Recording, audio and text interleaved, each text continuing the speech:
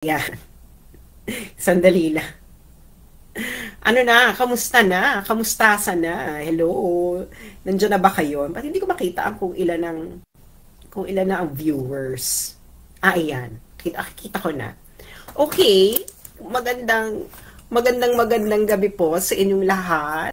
So, ayun na nga. So, hindi na nila malaman kung sino sa kanilang patatakuin. Si Riz Ontiveros ba? Or kung sinong ia-anoint ni Marcos? Nagets yun na kung sinong ia-anoint ni Marcos. Siyempre, hindi naman Vova. Okay? Hindi naman Vova si BBM, lalo na si Mamshi. Si Mamshi ay hindi aanga-anga. So, let's give it to Mamshi. Mamshi is a very cunning lady. Spell cunning. C-U-N-N-I-N-G.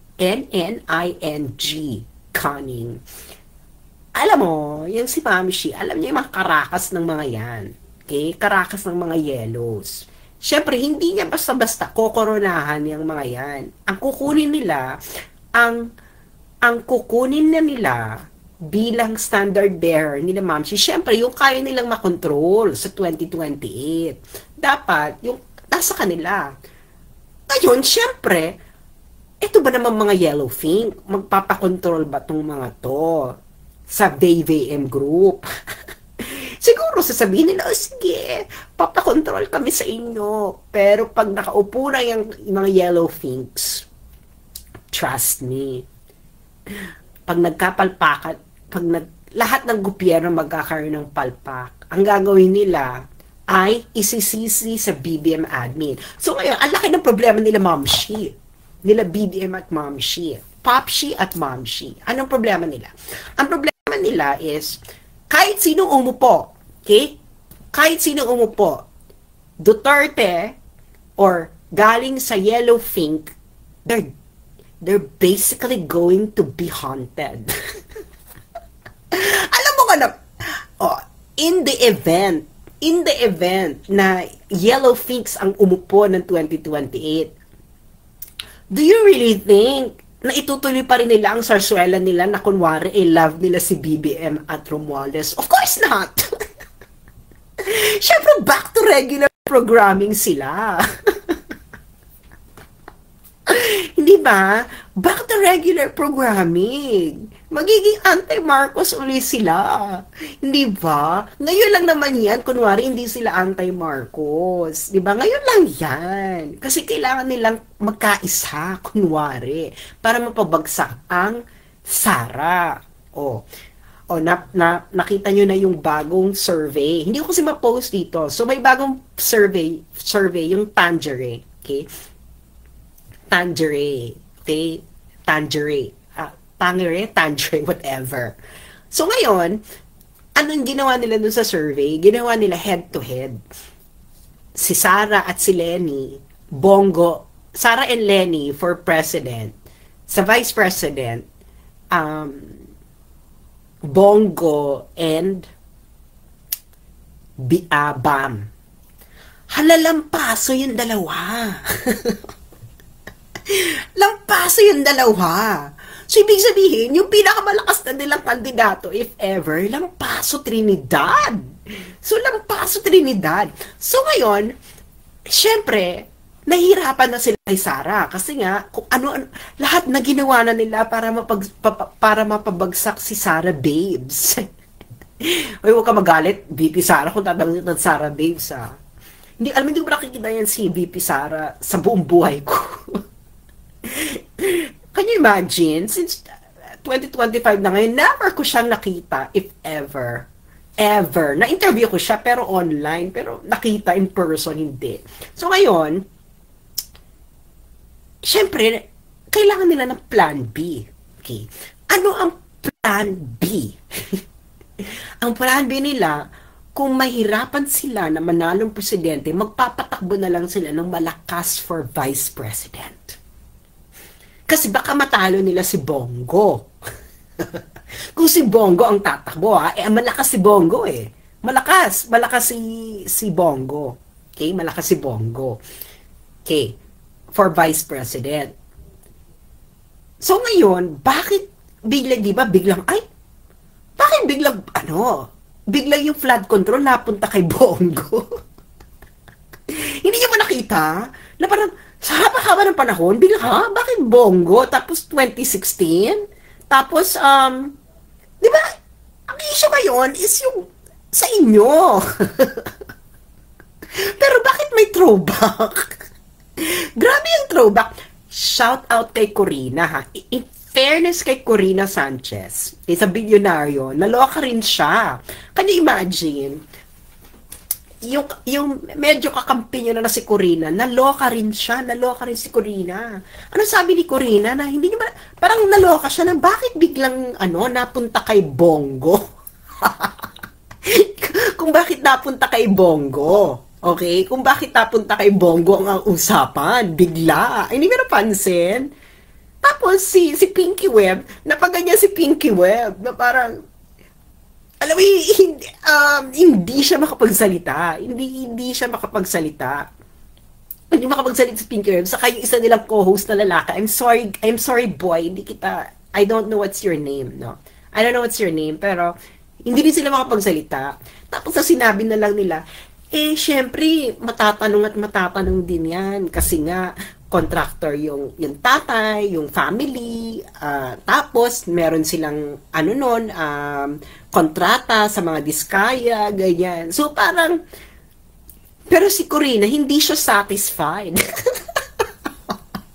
Kaya shout out kay Maring Corina, rated K. Okay? Shout out kay Maring Corina, rated K.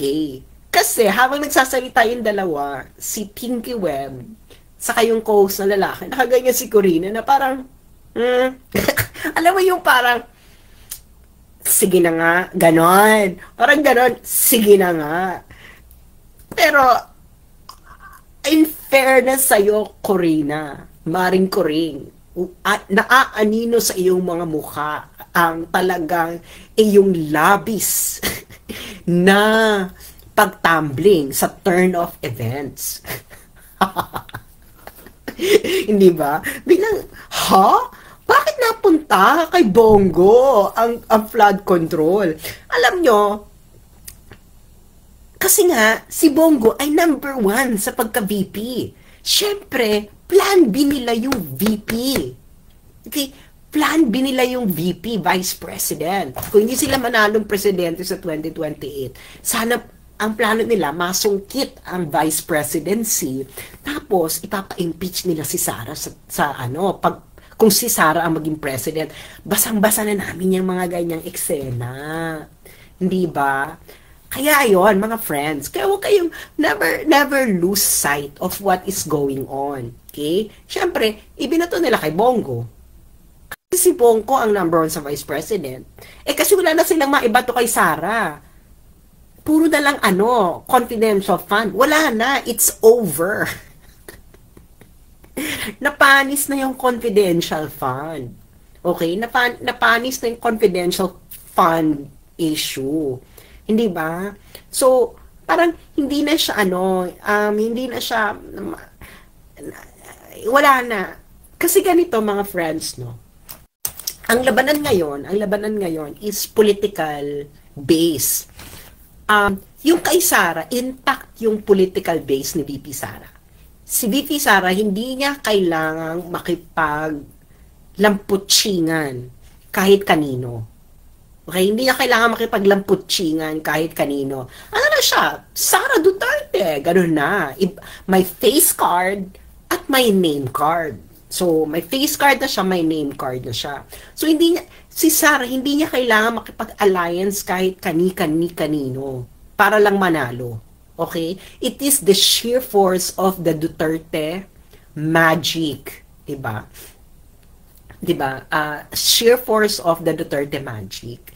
So, pero itong diehard Duterte haters, kailangan nilang magkumpul-kumpulan. Diba? Kumpul-kumpulan sila, ang mga diehard Duterte haters. Pero dahil masikip na ang tent, magkakainisan yung mga yan. magkakainisan yung mga yan, yung mga diehard Duterte haters. Kasi hindi nga nila alam, hindi sila magkakasundo. There is no one common candidate that they will all agree on. Ang diehard Duterte haters. Kahit nagpaplastikan lang kayong lahat dyan. Tama, hindi. Nagpaplastikan lang ang mga bumubuo ng diehard Duterte haters. Si Vince Dizon for VP as sa BBPM camp. Parang malabo naman si Vince Dizon. Against Bongo? Vince Dizon? Ano ba? Yung, wala kang ano, it cannot, you cannot create an overnight sensation. Si Bigo, mahaba ang kanyang experience, no? Dizon, walang name recall. Walang name recall. Okay? Hindi siya ano, it's not possible. Pero syempre, siguro, may nag-resign, okay? May nag-resign na DPWH USEC, si Ari Perez, na inakusahang konekto umano sa mga kontratista. Siyempre, kung hindi nahuli, tuloy ang ligaya. Okay. So ngayon, walang stand-alone bearer ang diehard Duterte haters na pagkakasunduan nilang lahat. Yan ang totoo. Okay? Siguro ang gagawin nilang strategy, yung tatakbong presidente is anointed ni BBM. Ganun ang gagawin nila. Tapos, ang gagawin na lang ng iba, magpapatakbo sila ng malakas na VP. Okay? Para yung president and vice president ay hindi pareho from the Duterte, from the DDS. Yan. Let's eksena. Okay. Yan na lang gagawin nila. Kung hindi nila makuha ang presidency, sisiguraduhin nila na ang vice president masusungkit nila. So, ano ngayon? So, siguro ganun na lang magiging partition. Kung sino ang president, vice president. President doon sa BBM camp ang anointed. Vice president, dito yung kabilang puwersa ng mga kakamthink at LO-think. Para kung masungkit nila, ipapa-impeach na lang nila si Sara kung sakasakaling si Sara ang maging presidente. Ganon. Pero yun na nga. Sabi, baka si Tulfo. Alam nyo, yung mga supporters ni Tulfo, karamihan dyan ay Duterte supporters. Mga Duterte supporters, ang karamihang supporters ni Tulfo. Si Tulfo ay walang sa kanya lang. Alam mo yun, yung Tulfo lang, yung Tulfo supporter lang, mahirap yon. Mahirap yon. Walang ganon. May cross-section. Kasi, itong Tangerine, before, pinapadalan pa niya ako ng mga, ng analysis nila ng survey nila Ang nakikita doon, ang nakita ko doon sa pinadalan nila before, yung mga supporters ni Tulfo at ni Sara, ni Sara, ano siya, cross-section. Okay? Na kung hindi tumakbo si Sara, lilipat ang botante ni Sara kay Tulfo. Ito yung mga una pa, first two years ng mga survey na yan. Kaya kung hindi tumakbo si Tulfo, lilipat kay Sara yung mga botante ni Tulfo for president. Kaya walang Tulfo lang na na supporters. Cross section sila. Tapos Scammers Night ba to ni Sassy? Anong Scammers Night? So ganun ang eksena ng buhay. Ganun ang eksena ng buhay. Kaya wala siyang mahirap yung kay Tulfo kasi hahatiin lang ni Tulfo kung sakali hahatiin lang sakali ni Tulfo ang botante ng mga Duterte. Pero kung papatakboy nila si Tulfo, papatakboy sila ng pink, panalo pa rin si Sara. Kasi maliit yung botante ng yellow finks. Okay? So, pwedeng mag-head to head si pero si Sara yung panalo doon kasi mababawasan yung kay Tulfo. Okay. So, sa tingin niyo ba yung mga camping yung mga ordinary camping ang iboboto nila si Tulfo kung ang maging standard bearer? As in, siguro, kung may tumakbo dyang lamesa, yung lamesa na lang iboboto ng mga kakamping kung ang maglalaban is Sara Tulfo. No, kung may tumakbo dyang, I don't know, like, kung sino man. So, lalong mahati kasi hindi mo makokontrol ang tao. Hindi mo makokontrol ang tao. Kung totoo lang, ayaw na mga kakamping kay Tulfo. As simple as that. Hindi ba yung mga ordinary kakamping? Ayaw nila. So, pag kayo yung mga kakamping thought leaders, pagpipilitan ninyo na kung mahihirapan kayong gustuhin ng mga kakamping si Tulfo. Kasi yung mga supporters ninyo, meron yung red line. No, meron yung red line. Hindi yan aanga-anga. Parang dito sa mga DDS. Sa DDS, hindi sila lahat solve kay Amy Marcos. Hindi ba? Kaya kahit i-recommenda siya ni Sara. Maraming ayaw. Diba? Kaya nga number 12 lang si Amy eh. Hindi ba? Ngayon, kung yung mga DDS, kung ano lang sinabi ni Sara, yun lang mangyayari, di sana napakataas na ni Amy. Pero hindi nga ganon. So, hindi mo makokontrol yung mga botante. Meron silang ceiling na ito lang tayo. Ito lang yung base natin. So, kaya yun yung mahihirapan sila kung si Tulfo. Kaya nga wala silang ma-imagine eh. Yung iniisip nila mga overnight sensation, ganyan. Mahirap yan. Mahirap ang mga overnight sensation. Si Digong lang ang pwedeng bigla na lang umappear at nilampaso lahat. Bakit si Digong? Kasi si Digong, alam niya kung ano ang hinaing ng masang Pilipino ni Digong. Duterte speaks the language of the masses.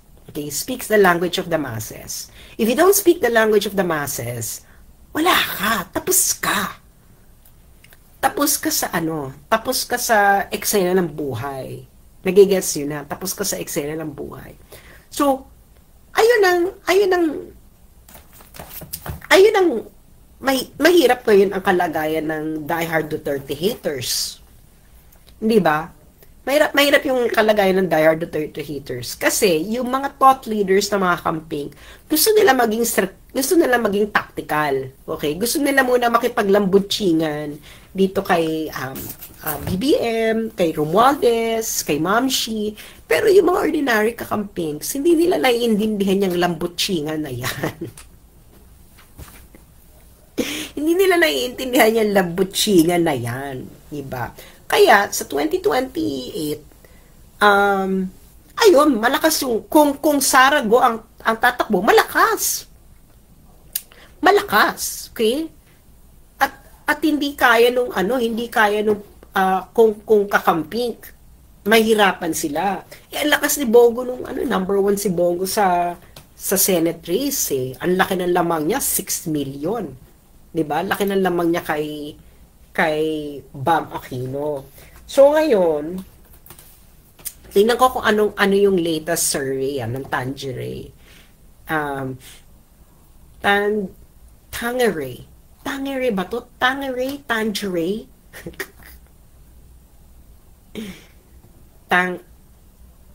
Okay.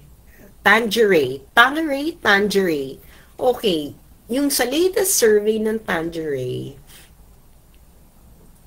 ay sabi yung survey nyo. Ang hirap namang hanapin ng survey ng Tangeray. Okay. Nakakaloka, may mga ang Tangeray, meron silang mga pa-eksena. So, ngayon, ang mahirap dito sa diehard Duterte haters, Um, paano nila ngayon papabanguhin si BBM sa 2028? Eh kasi kung mag-endorse siya, it's certainly a case of death. Kung sino man ang i-endorse ni BBM na maging presidente. It's a case of death. Wala na. We are now in the point of no return. Hindi ba? Si Sara solid ang political base. Ano na yan? May nadagdag nga eh. Hindi nga nabawasan eh, nadagdagan. Di ba? Kasi,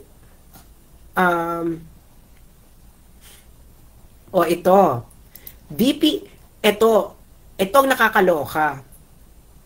Kung magsagawa ng snap elections, si Sara ang number 1. Si Sara ang number 1, nakakaloka. Kinaya nyo yun?